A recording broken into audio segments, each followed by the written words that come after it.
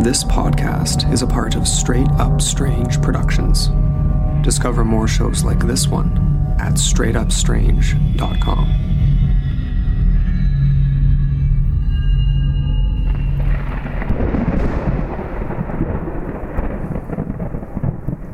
Welcome to Folklore on the Rocks. Hello, everybody, and welcome to Folklore on the Rocks. I'm Logan. I'm Lindsay. Yes, indeed. And we are back once again with some great stories. Oh, are we ever? Oh, yeah. These were a good setup. Yeah. And these were ones that were submitted to us. And so we're happy to share them, our modern folklore. Totally. Yeah. I mean, I guess we can just hop right into our cocktail for the evening. I mean, you can tell us where you've been for the past week. Oh, where have I been? Indeed. I have been okay, so I know everyone can't see me, but I am, in addition to still not having a beard, I am now very sunburned because I just got back from Florida. I went down on a great trip to the Florida Keys looking for the ghost of Black Caesar and the skunk ape, but did not find any. But I saw some other really cool stuff. I saw sea turtles. I saw a lot of lizards, both native and invasive. I saw Lindsay, I saw a Nile monitor lizard. And it was huge. It was gigantic, smashed into a portmanteau. It's even bigger than huge and gigantic. Yes, it was pretty huge. Was like 9-year-old Logan inside you kind of freaking out a little bit? Yeah, it's like, dude, it's a dinosaur. It's totally a dinosaur.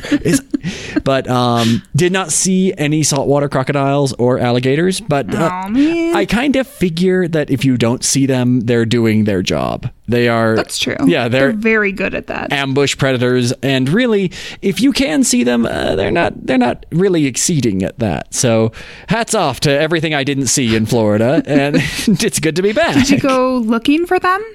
Oh yeah. We went snorkeling and a lot of hiking, and I went stand-up paddleboarding, and was warned about them a great deal, but didn't see anything. Darn. Yeah. You didn't almost die. Still a great trip. The people were friendly, the sun was shining, and the drinks were strong. So I'd go back again in a heartbeat. Exactly the things you want from a trip, right? Exactly. Cool. Well, I've been boring while you've been adventuring. What? So that's fun. No way. I'm going camping next weekend, so that's going to be fun. Lindsay, I don't know if in the time that we've been friends, you've been camping. I actually go camping quite a bit. Really? It's just glamping, though. Hey, that totally counts. If you get out into nature, it counts for something. Whatever you choose to do. It's more the like being able to just sit outside in the mountains and chill. You know, yeah. I love it. So I just go with my family usually, and they have like the super like fancy pants trailer and stuff, so it's not really camping. You know, I'm not roughing it by any means. But you're still out there. You're still not home. There, yeah, it's true, and it's nice. It's a nice getaway. Cool. So that's very exciting. We've got some killer camping spots here in Utah. We really do. Yeah. When springtime hits here, all of our canyons open up. We've got some really good spots in the mountains once the snow melts. It's very exciting. So good on you, Linz. We want to hear all about your camping adventures when you go. Yeah, it'll probably be really boring, but you know, I'll let you know. I'm going to read a lot of books. Well, I hope it's serene and relaxing and inspiring in its own way. That's the goal. Yeah. But anyway, so let's talk about our cocktail. Yeah, let's have a drink. We are just doing a very classic cocktail. I kind of want to keep doing classic ones that go with our modern folklore because, you know, they're modern cocktails. It's a good pairing, yeah. And really, not everyone has had a chance to have the classics. Very true. Whether your drinking experience has been really beer pong in college or mixing your own drinks at home, sometimes you may have skipped some of the tried and true recipes out there. So it's good to visit those as well. Yeah, and maybe you don't know, you know, a good recipe for one of these things. Like you've tried it and you didn't like it, but maybe you want to try it again with an actual recommended recipe, not just something that your friend put together over in the corner. Yeah, you gotta. When they were already drunk. It's like jazz music or impressionist painting. You gotta know the rules before you can break them. Exactly. Yeah. So what's our drink, Lindsay? Our drink is the Manhattan. Ooh, classy. Super classy and very tasty, actually. The recipe that we're using uses bourbon, but you can use rye whiskey if you prefer. I think the drink was like originally built or created with rye whiskey in mind. But like I said, for this recipe, we're using bourbon. So it's 2 ounces of bourbon, 1 ounce of sweet vermouth, which if you made last week's cocktail, you have some sweet vermouth. So yeah. Hopefully you didn't finish it all. Or if you did, I hope you enjoyed it. It's kind of hard to finish a giant bottle. You really vermouth. gotta want it if you're... And then 2-ish dashes of bitters. Just Angostura is usually everyone's go-to. I don't really know that I've seen any other bitters. Not sure I'm familiar with any other. I know bitter things, but probably better to go with the things that have already been tested again. Yeah, the brand ones. Okay, so to make it, you pour your bourbon, your vermouth, and your bitters into a cocktail shaker that's filled with ice. You stir it well for at least like 15 seconds, and then you strain it into your glass, typically like a coupe glass, and then just garnish it with a cherry or an orange peel. The flavor of this drink can actually really change depending on the type of bourbon and vermouth that you use. So we definitely recommend experimenting. Yeah, it has a lot of character that can change depending on what you put into it. Yeah, just the flavor. Like some you might like and some you might not like depending on what you put in it, right? So we are using Maker's Mark and Carpano Antica Formula. It's an Italian vermouth. So if you want, you can go out and just grab those things. And if Lindsay, you want something else, we can't, no big deal. We can't have foreign language alcohol on here and not say the name in a funny way. So, all right, Lindsay, all right, your best Italian accent. What you got for us? Carpano Antica Formula. Carpano Antica. See, it's so fun to say. That was probably terrible. I'm sorry to every Italian. Well, the trick to it is in your mind, before saying whatever you're going to say, you just start with, "It's a me, Mario," and then go from there. That's a valid point. Yeah. So back to Manhattans. So they, like I said, they were originally made with rye, but recently bourbon it's risen in popularity because it's a little bit sweeter than rye is. Yeah. So if you haven't had a Manhattan before, I would recommend using bourbon instead. Just because it tends to be a little bit more palatable. It can be kind of an acquired taste. But I did want to mention that if you aren't familiar with the difference between bourbon and rye whiskey, we can enlighten you. Yeah. So here is a very basic breakdown. Bourbon is American-made whiskey.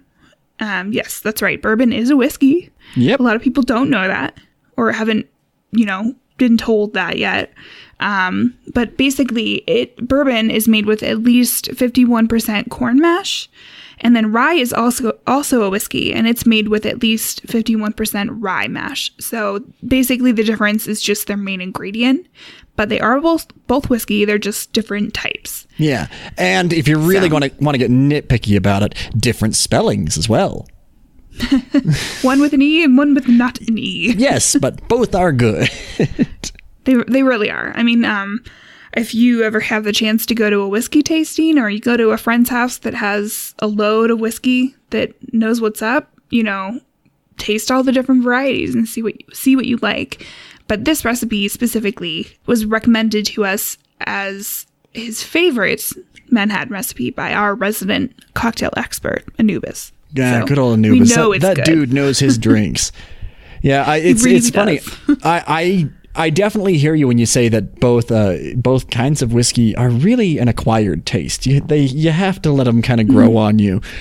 For me, it was a deliberate experience. I didn't like whiskey. Couldn't see why people liked it. Just didn't understand it until my friend Dimitri and I decided we were going to binge watch the HBO series Deadwood, which is an excellent backdrop to sampling different flavors of whiskey. I can definitely see that. And so, yeah, now I like to think I'm not completely ignorant of what I like out there. I know that I've had a whiskey tasting at our friend Anubis's house, actually. And it was enlightening. to say the least. He's a cool guy. He is. And whiskeys are strong, but when you have little bits and little bits and little bits, you can definitely taste the difference in them. Oh, yeah. Whiskey drunk is a very special drunk. Yeah. Yeah. But you can tell which you like more and which you don't. I learned that I like expensive whiskey, apparently. That is a pretty common thread when tasting for different varieties. But it is a really good way of finding out what you like. Some whiskeys are better for actual mixing in drinks, and some are better to just drink straight up, As a general rule, if it's in a plastic bottle, pass on it. Yeah, definitely. Unless it's vodka and you're using it as some sort of cleaning. Yeah. thing. Then definitely buy the cheap stuff. Mm-hmm. You're going to drink that? Not so much. Anyway, so that is our cocktail for this evening. We are pour enjoying one and enjoy it.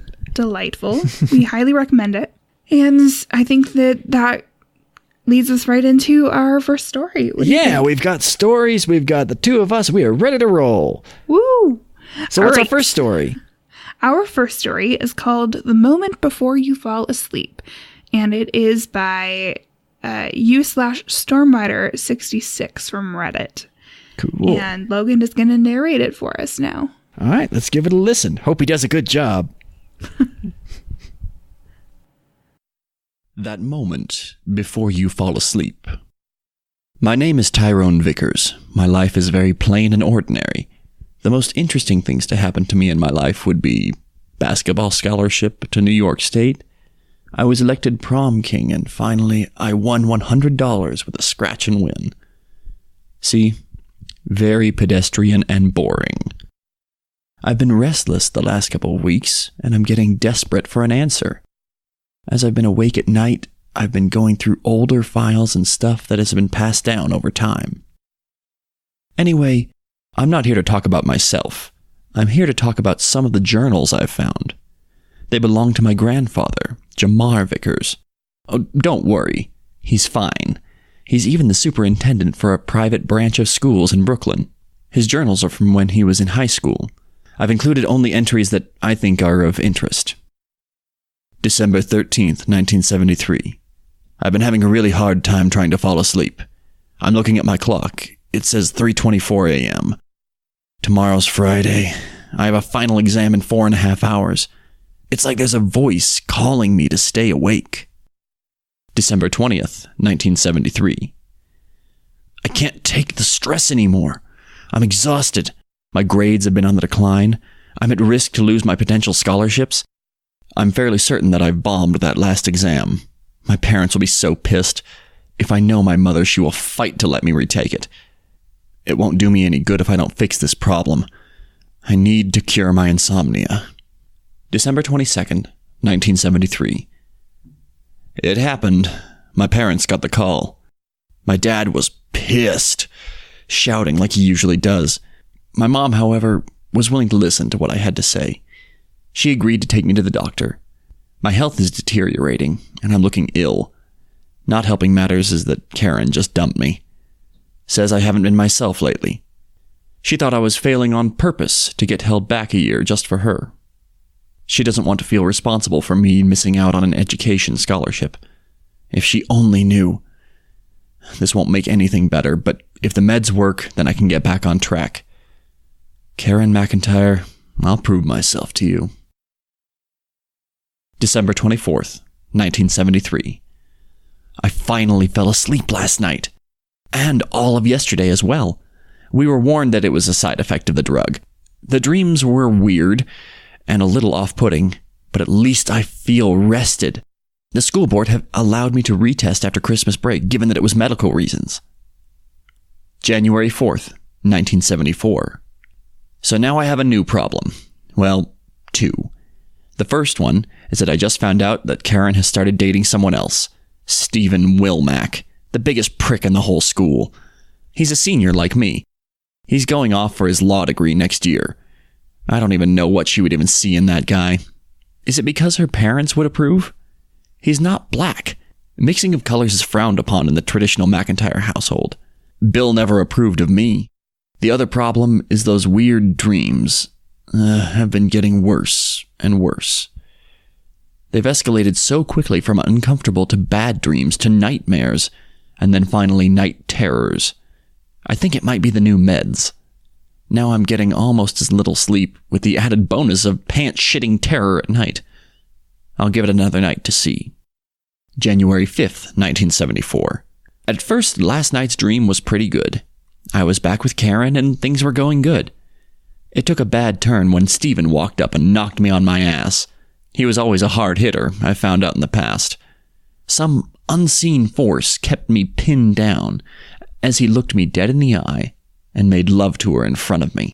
He never lost his smirk or eye contact. When they were done, it took only seconds for her belly to swell up to full size. Stephen left her on the ground as she screamed in agony. He walked away, turning his head to say, "Now they're your problem," and waved goodbye. The pain she went through was killing me inside. I still couldn't move. In a gruesome display of gore, her stomach burst open. She was done. There were two things that stood upright. They rapidly aged from babies to full-grown men in about 30 seconds.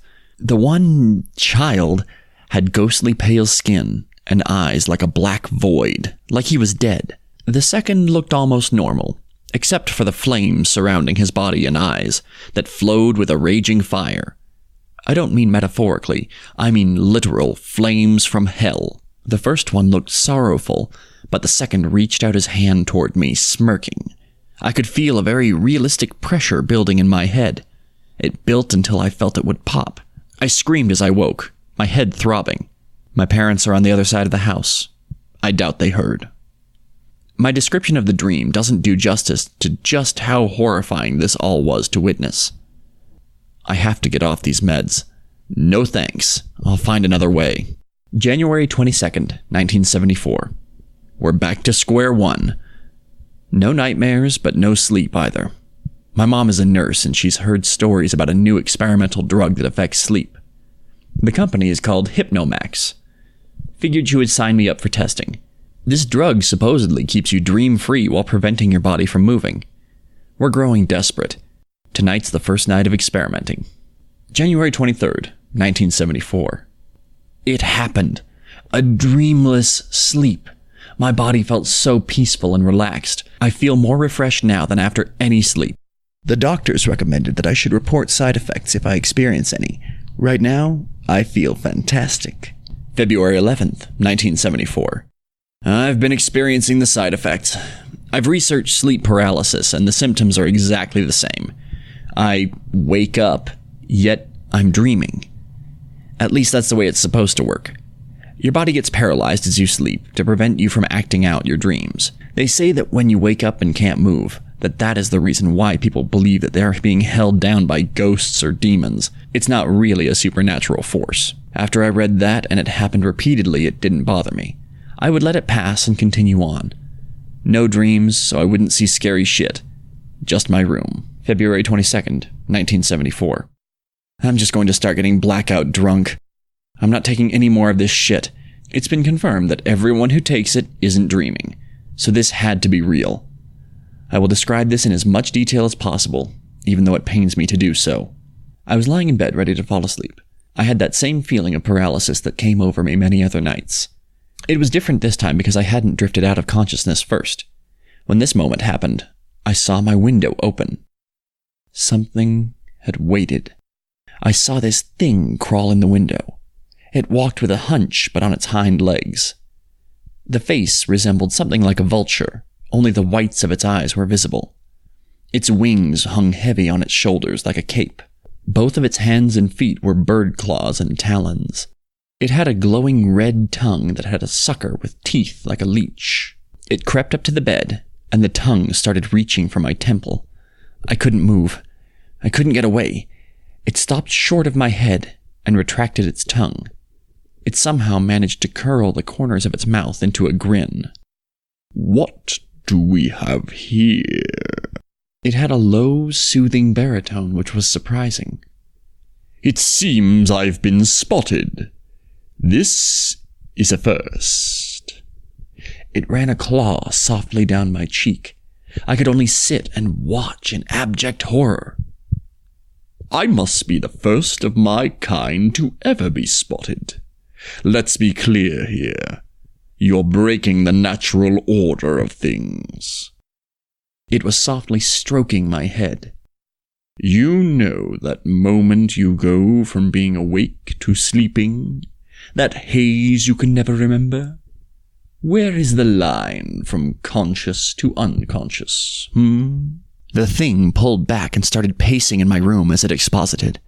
The eyes were changing from white to pink to red with its building rage. "It feels so good to say this to someone."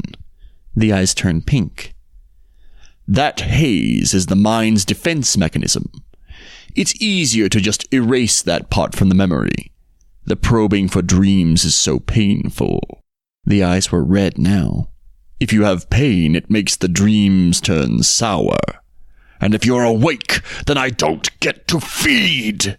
And I get really, really upset if I don't get to feed." This whole time, its face was getting close to mine.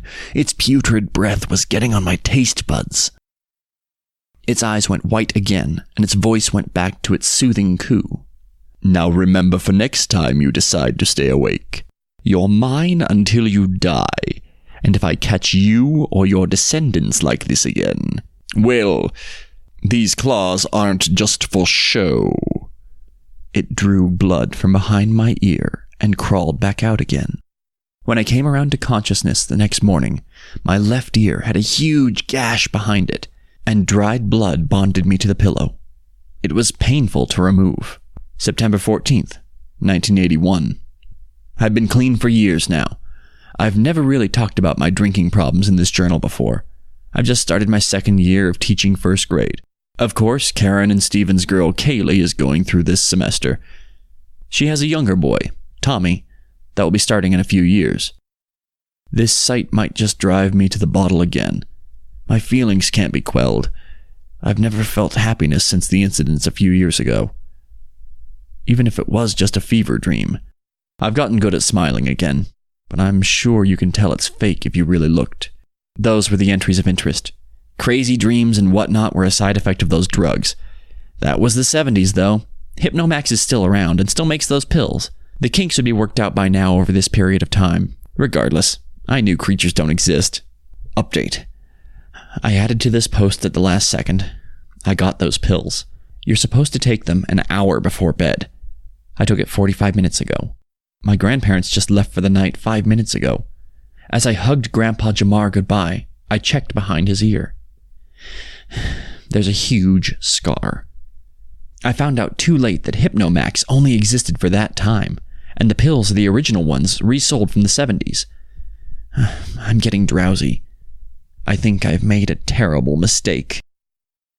I always really love when people use like journal entries as a literary device. Yeah, it's really cool. It kind of adds a spacing to it and doesn't put a lot of pressure on the writer to fill in all the gaps. It can keep it really just plot heavy and really... It can be a really hard thing to not want to do that. Yeah. So it's a great way to jump from something else and to just give the reader the actual information that they need. Yeah. And this story really used it to kind of build the drama and then basically was able to confirm the veracity of this journal by him seeing his grandfather's scar at the end. Yeah, that was a fun little note to tie it all together and bring it into reality a little bit. Definitely. Now, what do you suppose that creature was? I don't know. Yeah, man. it sounds like a Vrock demon from D&D, or maybe a Skeksis from the Dark Crystal. That's exactly what I was going to say. It reminded me of like a creepier Skeksis. Yeah, which is from the Dark Crystal. If you guys don't know, and if you don't know, you need to go watch it. If you don't know, now you know. Yeah. I think they're doing prequels to Dark Crystal, actually, which I'm excited about. I heard about that a while ago, but haven't heard much since then. So yeah, I think they just released a couple stills from it. Oh, like within the past day or two. Cool. But yeah, anyway, it reminded me of like a Skeksis but like with that really disturbing lamprey like appendage of a tongue. That reminded me of, if you're familiar real creepy with The Strain. It was a TV series, but also a book series of kind of a modern take on vampires and what the vampire myth could be. Is that Stephen King? No, that is... It might not be. That is, Chuck Hogan? Maybe we shouldn't guess. I don't know. It doesn't matter. Yeah. Anyway. Some famous writer. Anyway, the vampires in The Strain had a proboscis kind of appendage. And that's what it kind of felt like to me, like a lamprey, or it's described in this story like a leech. It is this, really horrible alien aberration tool for feeding. Definitely. And I think what makes it one step further is it's so different from how we as humans eat. That's why lamprey mouths are kind of weird and icky. And any mouth parts that are really different from our own. If you want to really zoom in on an insect's mandibles, they're pretty gross. It's like looking at a turtle's throat too. Yeah. It's alien and weird. And this idea that they're an old race, that they are something, to time immemorial, and they intend to continue down a line. It seems like individuals may be immortal, because he talks about how, all of the ancestors to come, it's a line that he's not talking about, he lays claim in the nation of whatever the night creatures are. No, he gets this guy, and he gets everybody after. And that was a really fun touch to sprinkle in on this monster. For sure. I mean, there was a lot of great potential lore on this creature, and I would love to know more about it, but just even the description was fantastic. I could visually see in my mind this creepy Skeksis like creature crawling in through the window in the most disturbing way. Yeah. And then sleep paralysis with that. Sleep paralysis. Now, we've talked about sleep paralysis a little bit before, and I did used to suffer from it, and it's weird and creepy, and not anymore though. Not anymore. I kind of. That's good. It's pretty common for not necessarily sleep paralysis, but it's common for those affected by sleep disorders to have them mostly in their teens and then grow out of them. That's a very common thing. Right.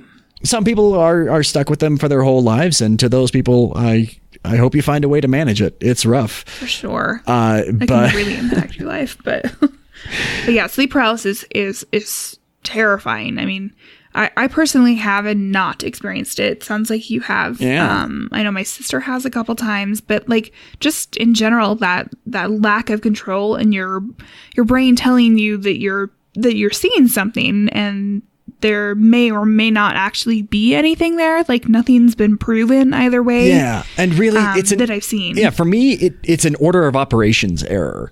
It's your brain is still creating imagery while before your eyes process what's going on. So because it's already passed through the brain filter, it doesn't count as impossible or fantasy or no, what you're seeing and what you're imagining you're seeing totally feels real, and your body will not move. It's a scary thing. And then to add on top of it, in this story, there was a real monster to be afraid of. So Or was there? Oh, and to backtrack just a little bit, I did just look. So the Strain book series, as well as the TV series, were written, co-authored by Chuck Hogan and Guillermo del Toro. And it even better. It all has a very Guillermo del Toro feel to it. If you go and look at any of the artwork from the show, or take a look or even listen to the book series, it's a great audiobook series. I can recommend it if you like modern horror and like exploring maybe a different perspective on monsters. Is pretty cool. I will have to check it out. Yeah. I don't typically go for anything that's visually horror. I like horror stories for some reason. Yeah, it's post-apocalyptic horror is kind of more the theme of it. It's not monsters in the minority versus a feeding population. No, it's pretty early. People don't make it. And what happens afterward. But I've actually been listening to sorry, this is way off topic. Oh, that's what we do here. Another, like a post-apocalyptic audio drama podcast. Well, I think one of the earlier ones that I'm just now catching up to, but it's called We're Alive. And I think it's actually been made into a TV show or a movie or something. But it's basically zombies. Cool. You know, and surviving zombies. And so far, they're making more rational and logical decisions than the Walking Dead people. Hey, that's which is something. why I stopped watching Walking Dead, is because nobody was making rational decisions anymore. Yeah, they were doing a bad job of being humans. They were really doing. Like, once we lost Dale, I was like, well, there goes any common sense. Yeah. And Dale was my kindred spirit. I was like, man, if he can't do this, I can't do this either. I mean, he didn't have much of a choice, but yeah, exactly. And spoiler, yeah, again, but it's. I feel like the statute of limitations has run out on Dale. Yeah, Dale for sure. Yeah, that was like season 2. Come on. See, but anyway, and I've seen all the way up till the current present day, and I'll tell you, if you can break loose from The Walking Dead, the real world is just fine. You just imagine how it continued on, and that's probably it. You probably have the right idea. Yeah, like it was really good, and it may still be good, but I'm just like, I don't know. It just lost its appeal after that happened, and I think I did watch a little bit after, and they just started making decisions that, like I said, they were logical. They didn't actually make sense for what a person would do in that situation. They just were meant to cause drama, which makes sense. Yeah, you got to kick the beehive. It can't just be a show about nothing. We've already had that show. But it's really frustrating to watch that and be like, I don't think so. Yeah. You know? So anyway, but back to sleep paralysis. Yeah. Because that's a huge element in the story, right? And like, who's to say what's real and what's not? Yeah. I also just like that this story includes kind of a pharmacological aspect as well, where he's trying all kinds of different things. And I've known so many different people that have one problem or another and are playing the guessing game with their doctors of which medication is best, what's this going to react with, is this really what's going on, or is it placebo? And that's a really, really hard thing to go through. It is. Speaking from experience, I know this for sure. And I mean, it's so hard taking something, and there are side effects, and you know that there are, but you don't know which ones you'll have, or if you'll have something totally different, or if you'll have nothing, or if the medicine won't work at all.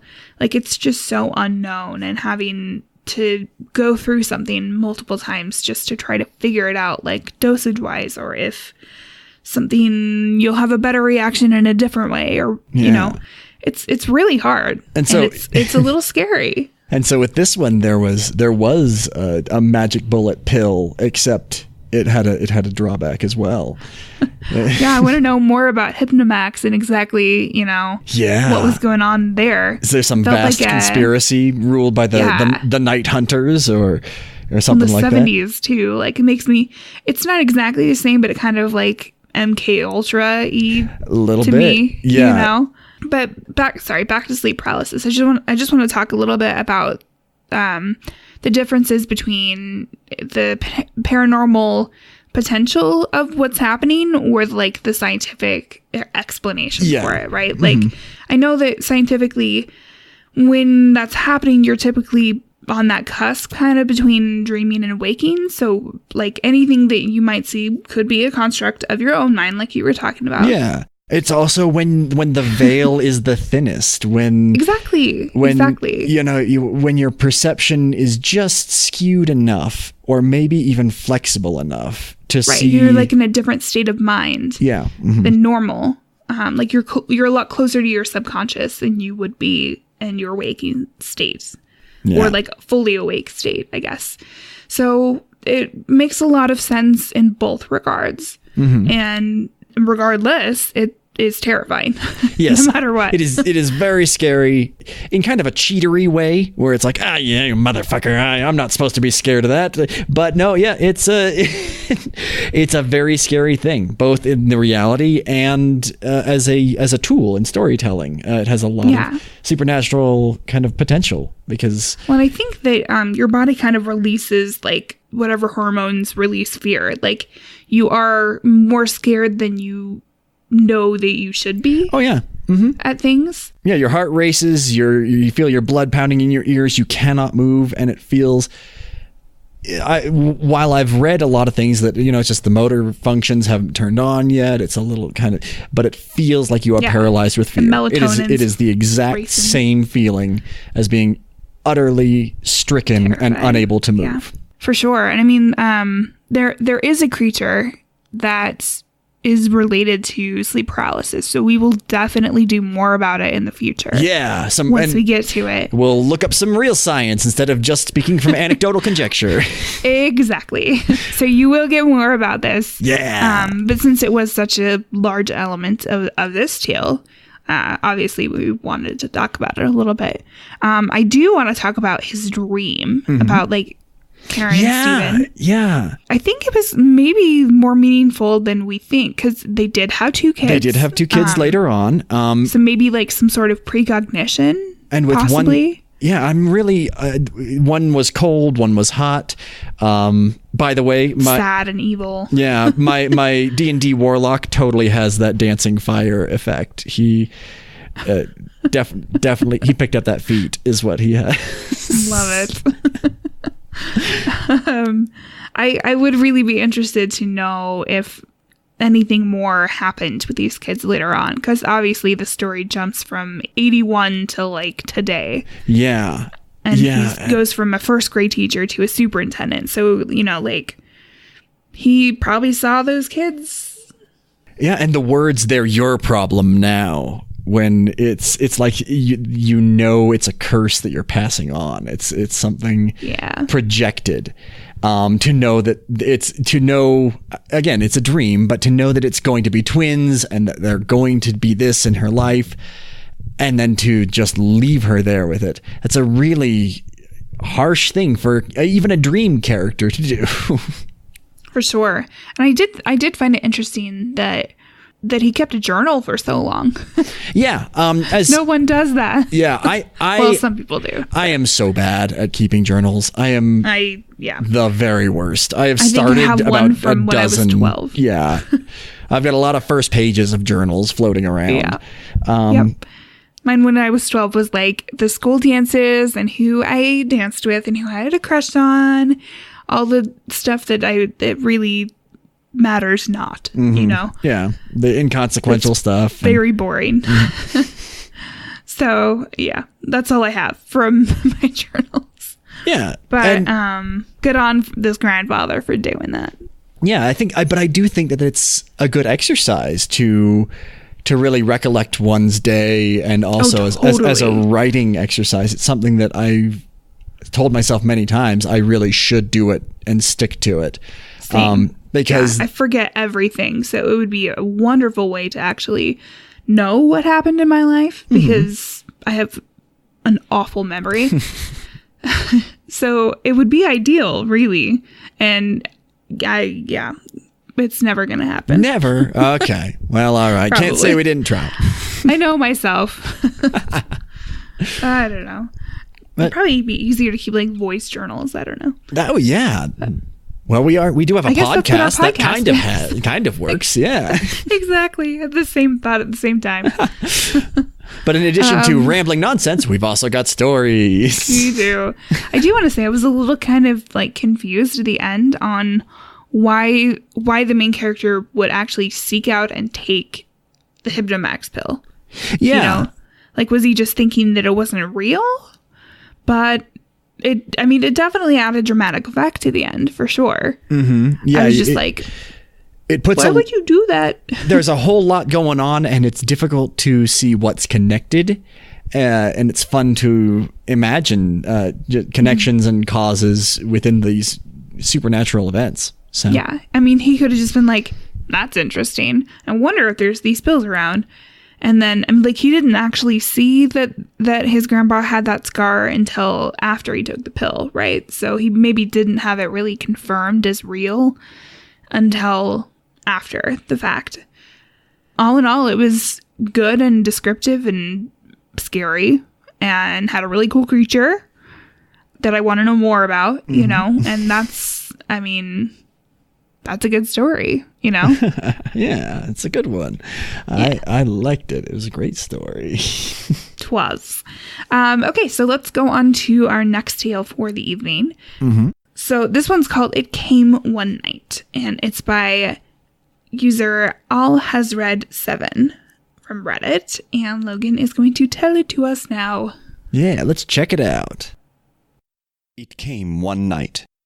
This is one of those stories that seem to have happened in the darkness of past days, far, far away from us, but which ends up being way closer than it appears.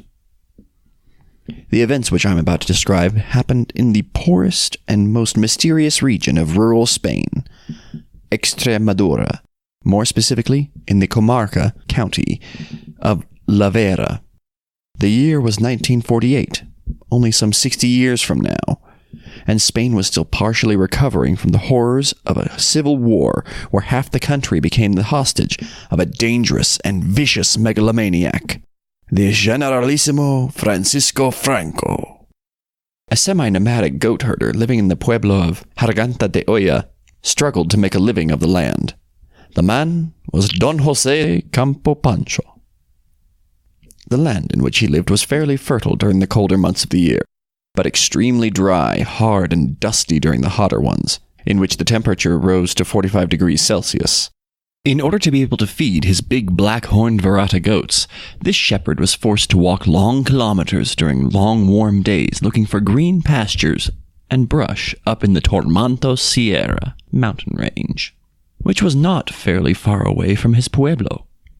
This meant that, of course, Don José was forced to sleep, wrapped in his manta. It was a traditional shepherd rough blanket, in between his dogs, next to a fire, and directly under the shine of the stars. This was one of those nights. As he himself would tell the villagers back home the next morning, he found himself preparing some migas out of dry bread and goat meat next to the fire under a moonless sky when it came. And it came from the night. It seemed to be a large figure, wearing a dark, thick, and wide cloak, with its head completely covered as well by a black hood, as it was traditional for the women in this time and place. The woman appeared to be walking in between the shadows without making any sounds, and stood silently just at the edge of the firelight halo, moving around the herder while tilting its head some 45 degrees to the right. "¿Quién va?" asked José, while holding his huge Mastin Español, an aboriginal livestock guarding dog breed, with his right hand. He started staring and tried to see the face that was under the hood, unsuccessfully. This simple man that we know as José had passed a lot of time eating scarcely and knew very well what hunger was. Figuring that this apparition might only be a hungry traveler, he invited it to share his meal. Immediately the figure resumed its turning and, facing the shepherd, moved one step forward. By this time, the dog was freaking out, showing his immense fangs and growling from the bottom of his chest. A second step followed the first one, and by this time, the shepherd seemed to be able to see a sinister glow under the hood that he would later describe as live coal eyes. When the third step arrived, José gasped and said, "Dios mío guarde!" May God save me. Because at this very time, José was able to see what he recognized as deformed hooves in place where the being's feet should have been. This caused the feature to bend over and retreat while whispering unintelligible and terrible things into the night until it got swallowed by the shadows. The next morning, José Campo Pancho realized that all of his goats were dead. He bent over and prayed toward the sun, glorifying it and thanking it for its light and safety. Then he headed back toward his village and proceeded to tell every one of the villagers, some of whom are family of mine, what had happened that night. People say that after that he was never the same. He started fearing everything and everyone, and would scream and shout during the night. Soon, he wouldn't even come out of his tiny stone house at the edge of the village. The situation went on for a couple of years, until one day the village woke up to realize that he had died mysteriously during the night, with his corpse deformed in what now was a horrendous grin. As to what it was he saw, well, who knows, really? This is Extremadura, a land of mystery and magic whose night is full of horrors. And this thing, it came from the night. All right, so now that you guys have heard this wonderful tale, I do want to say that the author that submitted this to us said, quote, "The story is my own dramatization of the events, but the source material is pretty real. I didn't lie when I said my own family let me know about this story that everyone utters back in the village when the night is cold and dark," unquote. So we'll post the image that that they sent with this story in our show notes, and links to actually a couple of articles that specifically mentioned Don Jose. So the picture that accompanied it's a picture of Don Jose's like real life tomb.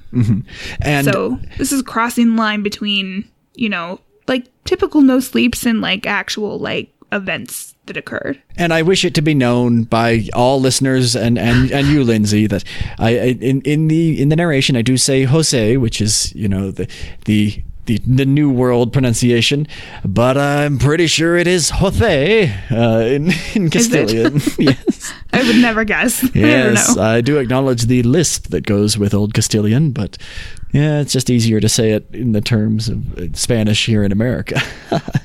Sorry to our Spanish fans. Yes, I don't mean to mispronounce anything, but that's just a guess. The author will let us know, probably. Anyway, so let's talk about the story.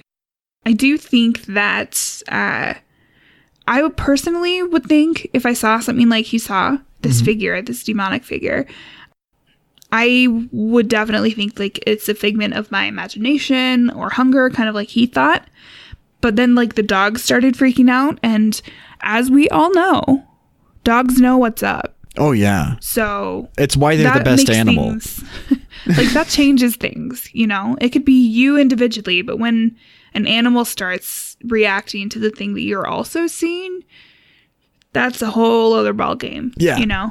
Oh man. But it sounds like some kind of demon. It definitely sounds, yeah. Especially since it went away when he asked his god for safety, to keep him safe. And that's when it left. That indicates to me potentially some sort of, good versus evil thing. Sure. And the traditional symbolism, especially in a Catholic country like Spain, when someone has fire in their eyes, well, that's either passion, rage, or demonic influence. So. For sure. I do really like the play on how night is all mysterious and dangerous, and then the day is safe and sane and protected, how that kind of crossover from this terrifying night to the next day. I kind of like that. It was really cool. Yeah, it kind of has a nice note of this is not something that would easily be believed by other villagers, and is something really extraordinary in this kind of pastoral, kind of peaceful place. Now, Lindsay, what did you think of at the very, very end the deformed grin state that he was in?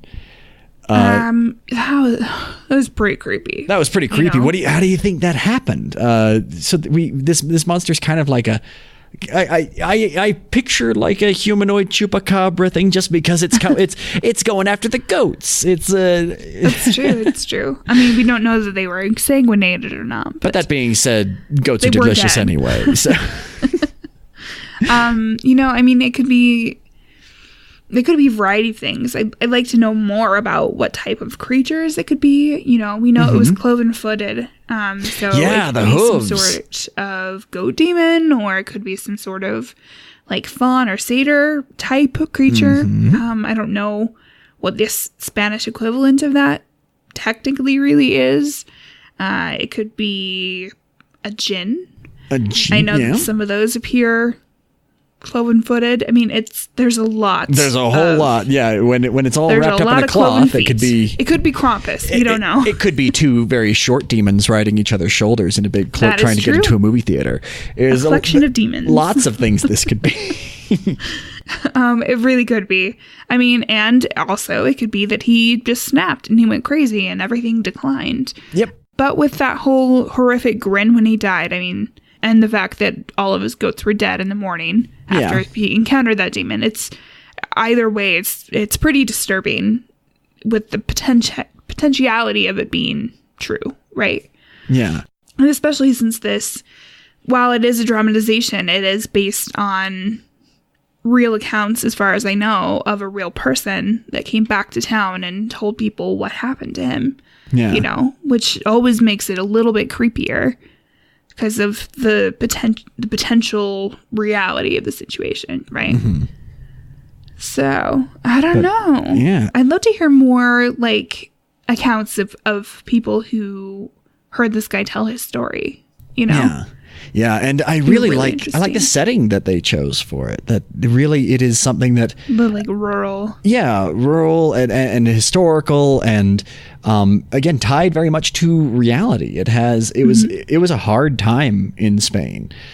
My knowledge of Spain is limited to Don Quixote and Resident Evil 4 and Pan's Labyrinth. So yeah, no, I get what you're coming from. There's a Netflix show that's a Spanish Netflix show that's called The Ministry of Time. Cool. And every time I watch it, it's really cool because, sorry, another tangent, but they go, essentially there's this ministry within Spain, within the Spanish government, and it has this this huge spiral staircase and these doors, and all of the doors go to a different geographic location in a different time.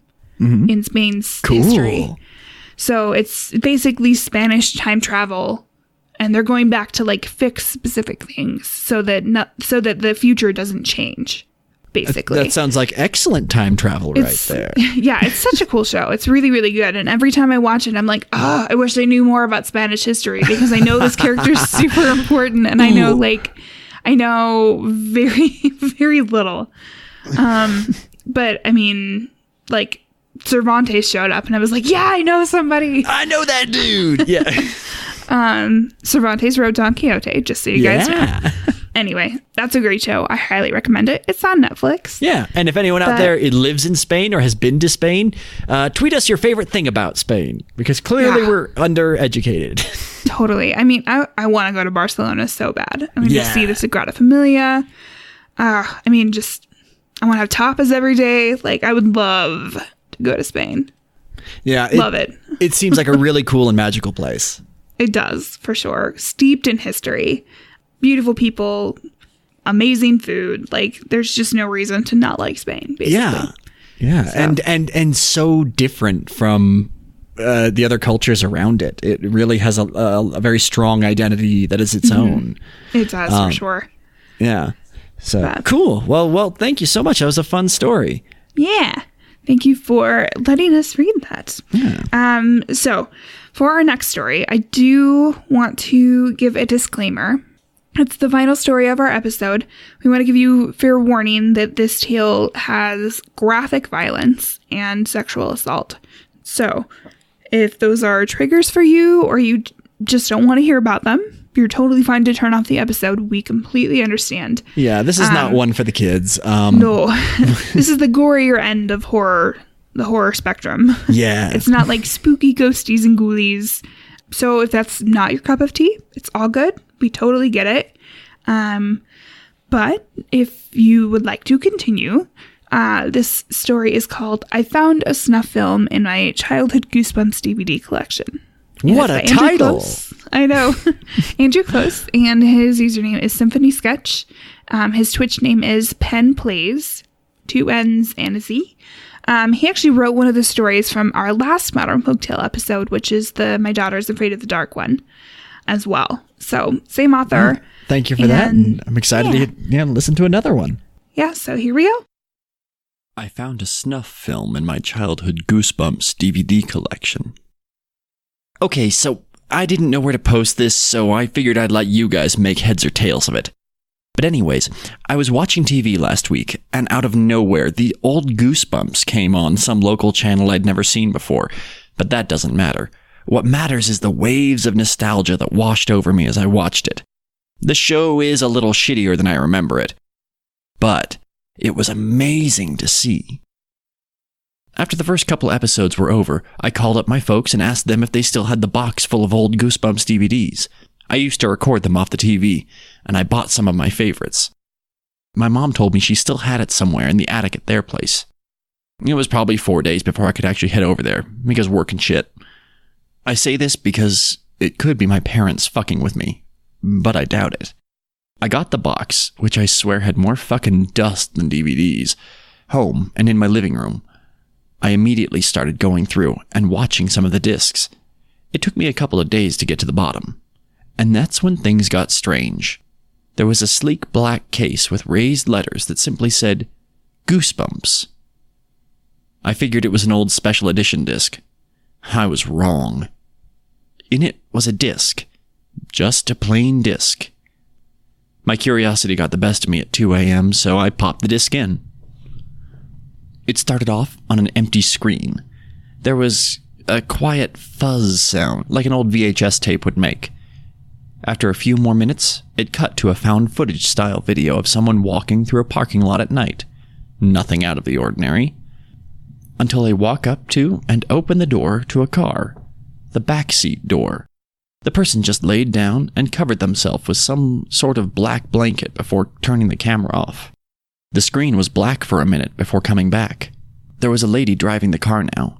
She was laughing on the phone with someone. From how she was talking, it sounded like a sister or something. After maybe 15 minutes, she hung up. For the next 30 minutes, I watched someone watching some random lady driving a car, listening to the radio, unaware of the person in the back seat. It was unnerving, to say the least. Eventually, the woman pulled into a driveway, parked, and then got out of the car. A few minutes later, the person lying in the back picked up the camera and got out of the car as well. They were now in a small neighborhood, one of those cookie-cutter housing communities. The person, who I'm assuming is male at this point, headed up to the house that the car parked at. Just like the car, the door was unlocked. Seriously, this girl is pretty fucking stupid. He carefully opened the door and quietly headed in, not closing the door behind him. The camera looked around the living room that the door opened into, before turning to his left, going down the hallway. He slowly moved into a dark room, at which point he clicked a button, and the camera switched to some sort of night vision. It was a small bedroom, a TV, a nightstand, and a door to what I'm assuming was a bathroom. Lying in the bed was the lady who was driving the car, and she was only in her underwear. The camera creeped closer until he was right next to the bed. He kneeled down. He brought the camera slowly up and down the woman's body before setting the camera on the bed and starting to caress the lady. He climbed on top of her as she woke up, and before she could scream, he put something over her mouth, muffling the noise. I don't know what happened then because the camera cut out. I wish it had just stayed black, or that I had turned it off. I'll never unsee what happened next. The lady was chained up by her feet, and I mean that literally. The hooks were through her feet. She was completely nude but facing away from the camera. It was a darkish room, one that looked to be some sort of run-down hotel room. An empty one, though. A door opened in the room, letting just enough light flood the room to see a pool of blood underneath the beaten body hanging above it. The lady started crying as the guy walked toward her. He set a bag down on the floor as the lady screamed for help. He opened the bag, and in it was dirty tools, pliers, hammers, a saw, screwdrivers. You get the gist. I'm not going to go into detail at what he did. He dug the pliers into her chest and snapped and ripped out one of her ribs. She screamed in pain and sobbed. He threw the bloody pliers on the ground and just sat down and looked up at her. It was maybe 10 minutes later, the lady choked through her sobs and asked him one question. Why me? To which he simply chuckled and quietly responded, "Because your car was unlocked." Those words were going to haunt me. I was shaking and crying at this point. It was terrifying for the sole reason that there was no reason. He didn't pick her. He just found a car that was unlocked. And after staring at her for a while, he pulled out a pistol and just shot her in the head before she could even say anything, if she even could. And that was it. That's where it ended. That was like 2 days ago, and I still haven't slept. I swear to God that if this is just some old indie horror film that my parents bought when I was younger, not knowing what it was, thinking it was Goosebumps that I was obsessed with, I'm glad I never saw this when I was younger. If anyone knows what this is, please tell me. I'm going to need therapy for a while, and knowing it's fake would make me feel so much better. Whew. Okay, so All right. that was intense. Well, and we survived. Yeah. We did. The whole situation is It's pretty messed up. horrible. Yep. And Yep. okay, so let's unpack it. I just think about how horrifying that would be to watch, much less experience. You know? Just that whole situation. Especially something- not expecting it. Expecting the Goosebumps TV show, right? Okay, yeah, now there's a good place to start. So Goosebumps. Goosebumps. We'll get into snuff films, we'll get into all, but Goosebumps. Yeah. Now that goes back years and years for you, because I actually was one of the kids that liked the old show, and actually I'm old enough that I liked the books. Yeah, I actually don't remember the show too well. I read the books a lot. Yeah, I read the books before they were reprinted a zillion times. Do you happen to remember your favorite Goosebumps book, Lindsay? I think it was called Deep Water. I looked this up and I'm trying to remember what I looked up, like the results of what I looked up. Because I always remembered that it had somebody swimming and like a shark, like a hammerhead shark. Yeah, on the Deep cover. Water. I know that cover art. And I read I'm it like remembering a it. bunch of times because that's one thing that I was really scared of. I'm terrified of sharks. Oh, And Lindsay, while I was in so- Florida, I saw 2 sharks. It Oh, was cool. no. Yeah. Were they hammerhead sharks? No, they were nurse sharks, but sharks nonetheless. Nurse sharks are like puppies. Come Now, on. back to this snuff film. No, so yeah, Goosebumps. But like the reason that was scary for me is because it was a thing I was scared of. So I kept reading it because that little bit of a thrill of the scare. So Goosebumps was good in the way that you could really find the thing that scared you because they were all so varied in how they were written. R.L. Stine, he did a great job. Yeah, he really had a great way of doing focused small doses of terror. Yeah. Yeah, my favorite was The Haunted Mask. One of the earlier ones in there. I do remember the cover art of it's a small child, and in front of their face is holding this twisted, grotesque, fanged mask. And I think it was one of the earlier ones made into a TV show, but it was a really good book for And then something. a Jim Carrey movie, right? Yes. But it kind of dealt Not with, really. it kind of dealt with similar topics. It's a mask that takes over, and you lose your identity I to the remember that mask one. and become It took a me a monster. minute. Yeah. I do remember it. And the protagonist is kind of stuck with this horrible mask that is this symbiotic something attached to her face. So creepy. Great story, a lot of fun images, and something Yeah. that has stuck with me for many years. So way to go, R.L. Stine. Yeah. So yeah. what you can take from this story is go watch Goosebumps. Yeah, Goosebumps, But- quality horror. Don't watch anything that's unlabeled as actual Goosebumps. Yeah. Or, I mean, like, okay, that's not true. This was labeled Goosebumps, but be wary. Yeah. Hopefully you don't find a snuff film there. Yeah, and every once in a while you may stumble across something like this, and that's rough. I really want to say I hope that this is what the main character is thinking, as in like an indie horror film. Yeah. That would be much preferred, obviously. Well, but at the same time, we know that really for some people, the recording and the reviewing of these acts is the allure for them. It's a horrible, even more twisted horrifying. thing but people do. So if you're ever thinking about it, don't. Thank you. This Please show don't. does not condone snuff films. We do not. Yeah. Like the main things that kept going through my head when I was listening to Logan's rendition of this, like what kind of tape, or like this kind of tape, like it should be turned into police. Why was that DVD with his Goosebumps? Goosebumps. Goosebumps is a whole different thing that doesn't exist. We should make it right now. I know. It's like a cross between Goosebumps and Ghost Rider, which was one of my favorite shows as a kid. Great show. Oh, yeah. But like, why was that DVD in his recordings? Like, was it a family member that put it there? How did it get there?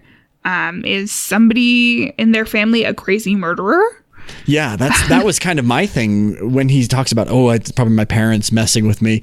Really, like, what kind of parents do you have? Do we want to start pulling that thread of who is this, the identity of whoever made this video? Random family member that he's never met, you know, or perhaps one that he had. There's a lot of possibility there because they talked. So you'd think that maybe that voice would click somehow if he was familiar with it, or she, I don't know for sure, but I would think that taking that DVD to the cops, hopefully the potential familial aspect wouldn't matter. I doubt the cops would be able to do anything with it, since it sounds like it's an older recording, right? Like it had that it's a DVD, but it's had that recording sound like a VHS tape, so it could be way old. Right. Yeah. Maybe somebody converted it. I did find it sweet that DVDs are nostalgic for this writer. I'm like, oh, this makes me feel really old. I remember when DVDs came out.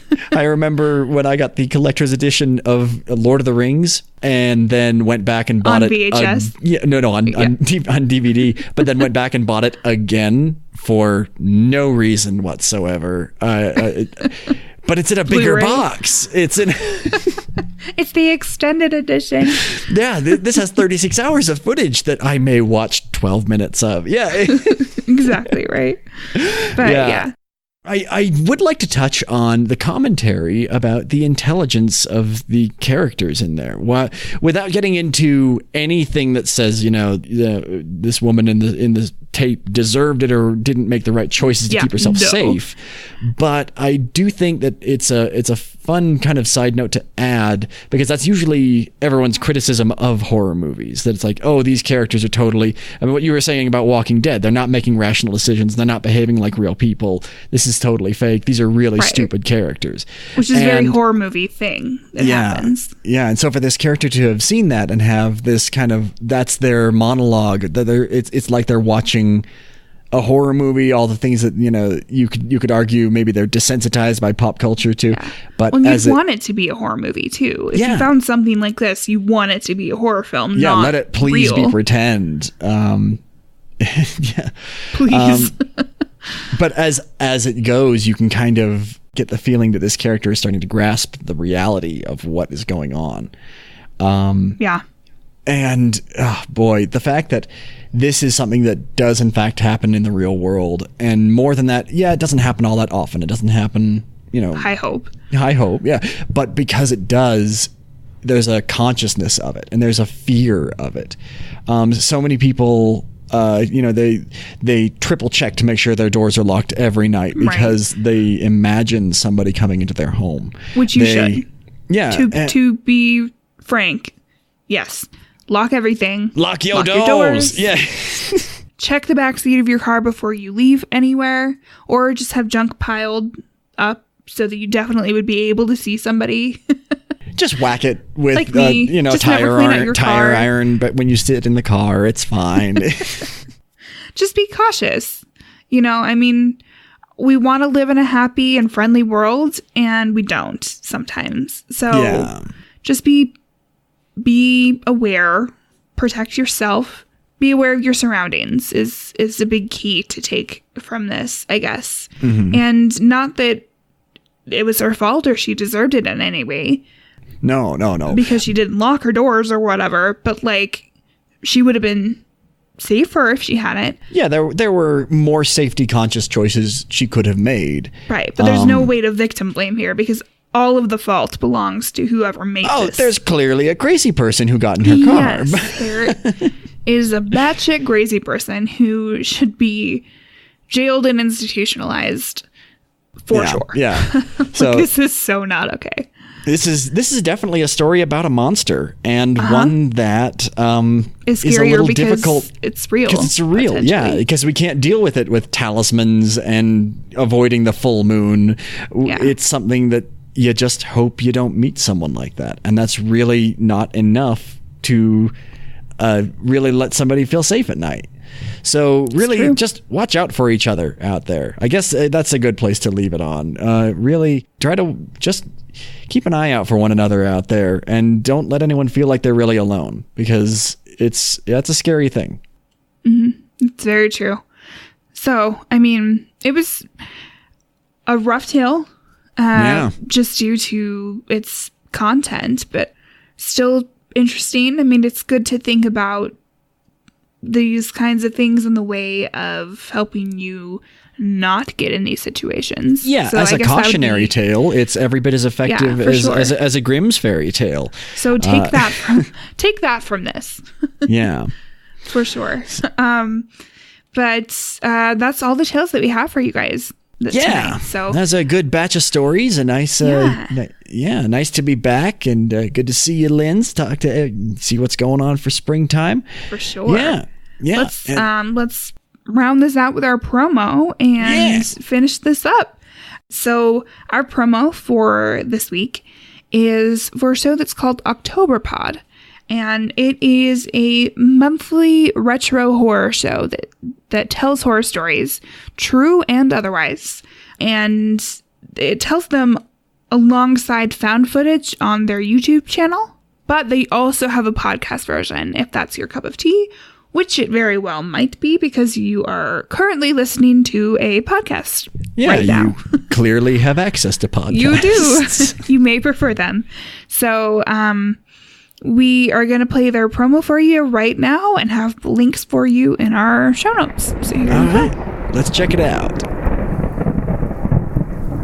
It broadcasts at 1:38 a.m. from the very center of hell. Octoberpod.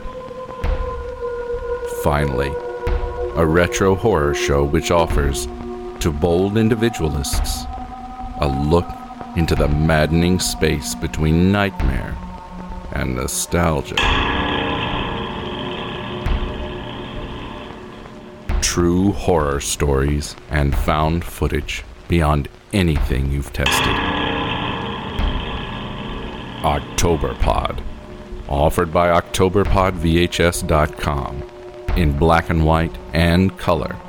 Caution: to avoid fainting, keep repeating. It's only on YouTube. Only on YouTube. Only on YouTube. Only on YouTube. Stream as much as you can. All right, so as always, you can find us on Instagram and Facebook at Folklore on the Rocks. You can find us on Twitter at Folklore Rocks. Pictures, notes, sources on our website at folkloreontherocks.com. We do have a Patreon. We have cool, interesting prizes and stuff you can get from that. We have a PayPal button on our website if you want to donate that way. We are still doing free stickers if you write a review and send a screenshot in to us. If you don't want stickers, that's fine. We still ask to please rate us and leave a review on iTunes. Yes, it really helps. Helps us know that we're doing well. It helps other people find us. And once we do hit that 100 reviews, we're going to be doing a bonus episode with a listener selected creature. So it could be anything. Yeah. Which is, I think that's a really good incentive personally, but I could be wrong. I'm a little bit just, I guess, tentative is the right word. I'm not worried, but I do have a feeling that whatever gets thrown our way as a listener selection will be a real doozy. I'm really kind of hoping that we get something really. I want to stump us. Yeah, send us on an expedition for knowledge so that we can find something to report about. Whatever you select, just pick the biggest, baddest thing that's out there. I don't care. We're up for anything. Yeah. So just tell your friends, tell your enemies, tell your family members about our show. Tell them twice. Yeah. Get the word out for us. Word of mouth is the best marketing we can possibly get. And finally, just thanks for listening, you guys. Yeah. Tune in next Sunday. Hopefully you'll join us again. Thanks, everybody. Bye.